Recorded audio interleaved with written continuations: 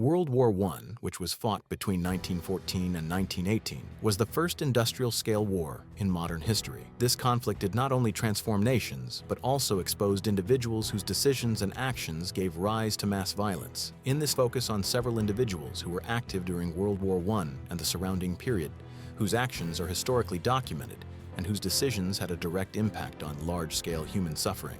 Kaiser Wilhelm II. Kaiser Wilhelm II was born on January 27, 1859, in Berlin and became Emperor of the German Empire in 1888. During his reign, Germany pursued rapid militarization and naval expansion. Wilhelm favored a force-based foreign policy over diplomacy, which further intensified the imbalance of power in Europe. During World War I, the actions of the German army, particularly during the invasion of Belgium, were extensively documented. Civilian executions, the use of hostages, and the burning of towns were widely reported. These actions were viewed as violations of international law. Although Kaiser Wilhelm II was not directly involved in battlefield operations, as the supreme authority, such policies could not have been implemented without his approval. Oskar Potiorek. Oskar Potiorek was born on November 26, 1853, in the Austro-Hungarian Empire. He was a career military officer and, in 1914, served as the military governor of Bosnia-Herzegovina. His responsibilities included the security arrangements for Archduke Franz Ferdinand's visit to Sarajevo. Despite available intelligence warnings, security protocols were kept minimal, a failure that was later documented in official inquiries. After the assassination, Potiorek supported an aggressive military response against Serbia. The early invasions conducted under his command were poorly planned and had a direct impact on civilian populations. Large-scale destruction and civilian deaths were reported in Serbian towns and villages. Potiorek's military miscalculations are counted among the major reasons for Austria-Hungary's initial losses. Gavrilo Princip was born on July 25, 1894 in Bosnia, which at the time was part of the Austro-Hungarian Empire. He completed his early education in Bosnia and later in Serbia. From a young age, he was influenced by South Slavic nationalist ideas. During his higher studies, he came into contact with underground nationalist groups such as Young Bosnia, which opposed Austro-Hungarian control over the Balkan region. Princip was not a formally trained soldier, but he viewed political assassination as a legitimate tool, an idea that was accepted within certain revolutionary circles of that era. On June 28, 1914, in Sarajevo, Gavrilo Princip assassinated Archduke Franz Ferdinand and his wife Sophie. This event is widely accepted as the immediate trigger of World War I. Following this single act, diplomatic relations collapsed, and Europe's major powers entered the war in a chain reaction. During the conflict, approximately 16 million people were killed. Princip's action was a symbolic assassination, but its consequences were global and unprecedented in scale.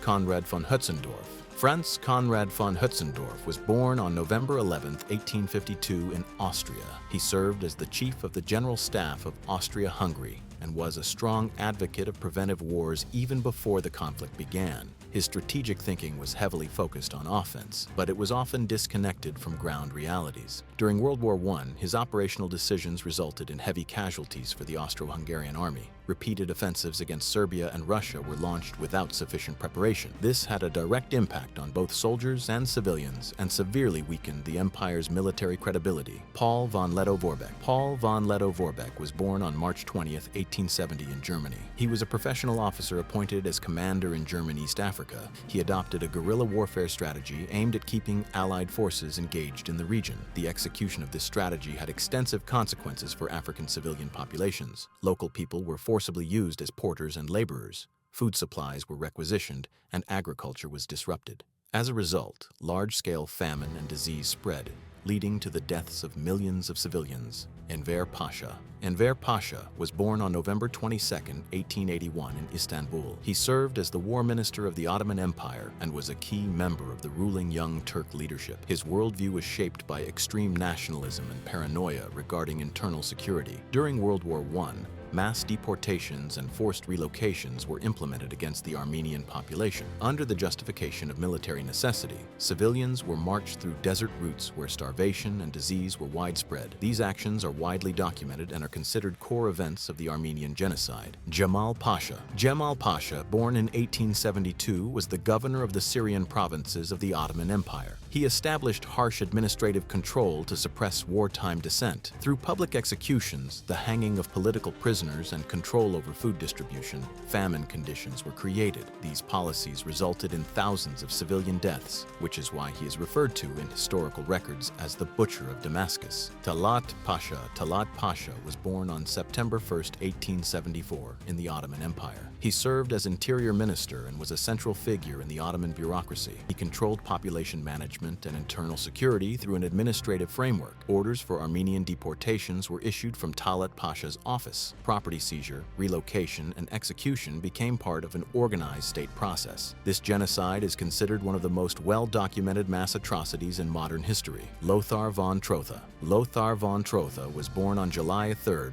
1848 in Germany. He was a general in the German colonial forces and commanded troops in Africa. He issued extermination orders against the Herero and Nama tribes. Survivors were forced away from water sources into desert regions, where mass deaths occurred due to starvation and dehydration. This is considered the first formally recorded genocide of the 20th century. Vladimir Lenin. Vladimir Lenin was born on April 22, 1870 in Russia. He was a Marxist revolutionary who became the leader of the Bolshevik Revolution during the final phase of World War I. After consolidating power, Lenin implemented the Red Terror policy, under which political opposition, dissenters, and perceived enemies were systematically eliminated. Through mass arrests, executions, and suppression, post-war Russia was transformed into an authoritarian state.